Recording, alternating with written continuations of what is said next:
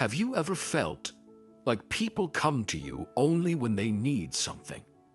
Have you ever canceled your own plans, your rest, your sleep, your peace, just to help someone who forgets you the moment they're done?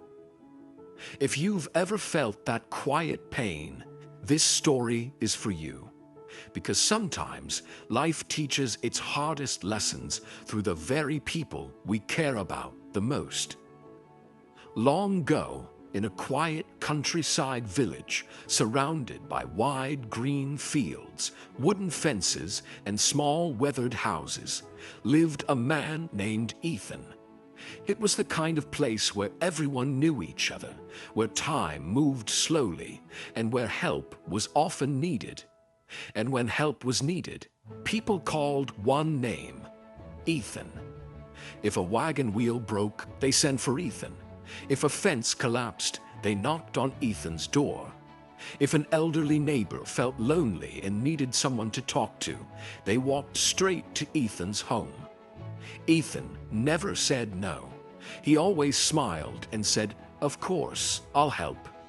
He believed that kindness made a man good, and people praised him for it. But slowly, without Ethan realizing it, his life stopped belonging to him. The quiet cost. His own garden grew wild. His wooden porch began to rot. The roof leaked when it rained. Small problems became big ones. But instead of fixing his own life, Ethan spent his days fixing everyone else's. Every evening he returned home tired, his clothes covered in dust, his hands aching. His mother, an old woman with gentle eyes, watched him one night and quietly said, "Ethan, you help everyone in this village, but tell me, my son, who helps you?" Ethan gave the small smile he always did. "It's all right, Mom," he said. "One day people will remember." But that day never came. One evening, the sky darkened suddenly. Heavy winds rolled over the fields. A storm was coming. Villagers rushed outside, covering their tools, protecting their homes. Ethan ran out too, but not to save his own things. He ran straight to his friend Caleb's farm. Caleb's equipment, wooden carts, iron tools, sacks of grain, were still lying outside. They worked fast, dragging everything into the barn, covering what they couldn't move. But while Ethan was saving Caleb's belongings, his own garden furniture, his plants, his wooden crates were still outside, uncovered. Then the storm hit. Rain poured like it had no mercy. Wind tore through the village. By the time Ethan reached home, his garden was destroyed. He sat on the front steps, rain dripping down his face, staring at the muddy ruins of what had once been his peaceful space. His mother came out, placed a warm cloth on his shoulders, and said softly, "Tonight, you saved everyone else's things, but not your own." Ethan said nothing, but inside him, something finally broke. The wise man. The next morning, confused and exhausted, Ethan walked to the edge of the village. There lived an old retired teacher, Mr. Samuel Reed, in a small cabin near the river. Ethan sat beside him and said, "Sir, I don't understand. I help everyone, but I feel empty. Not tired from work, but tired from people.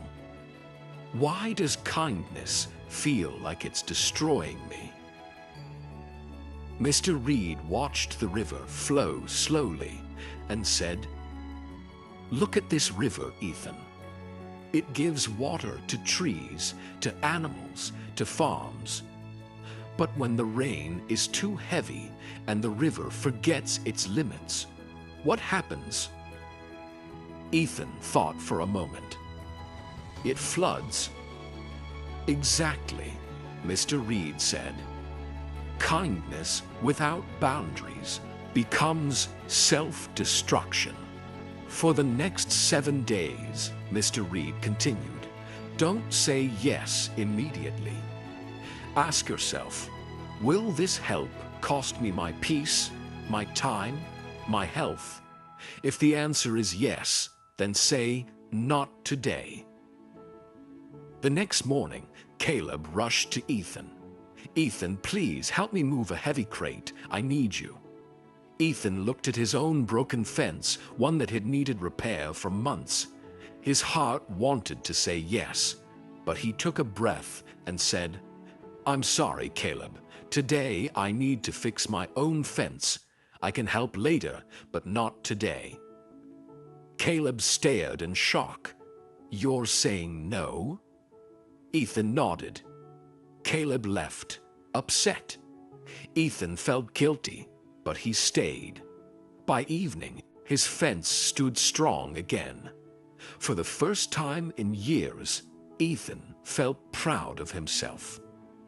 The next few days, neighbors came with small requests. Ethan politely refused when he needed time for himself. Something strange happened. He wasn't exhausted. He felt calm. On the 4th day, heavy rain returned. This time, Ethan's roof began to leak. He waited, expecting someone to knock. No one came, not one person. Instead of anger, Ethan felt strength. He climbed the roof himself and fixed it. Sitting under the repaired roof, he whispered, so this is what it feels like to rely on myself. Weeks passed. Ethan stopped running every time someone called his name. He slept better. He worked on his home. His garden bloomed again. And something unexpected happened. People respected him more. Caleb learned to solve his own problems. Neighbors stopped calling for every little thing. The village remained friendly, but Ethan was no longer treated like a tool. One afternoon, Mr. Reed visited. He looked at the healthy garden, the strong house, and the peaceful smile on Ethan's face. So, he asked, did the world fall apart when you stopped saying yes? Ethan smiled. No, sir. My world finally came together. Mr. Reed nodded. When you stopped saying yes to everyone, you finally said yes to yourself. So tell me, are you like Ethan? Do you give too much? Say yes even when it hurts. Remember this, saying no doesn't make you selfish, it makes you strong. Your time is precious, your peace matters, and the world will respect you only after you learn to respect yourself.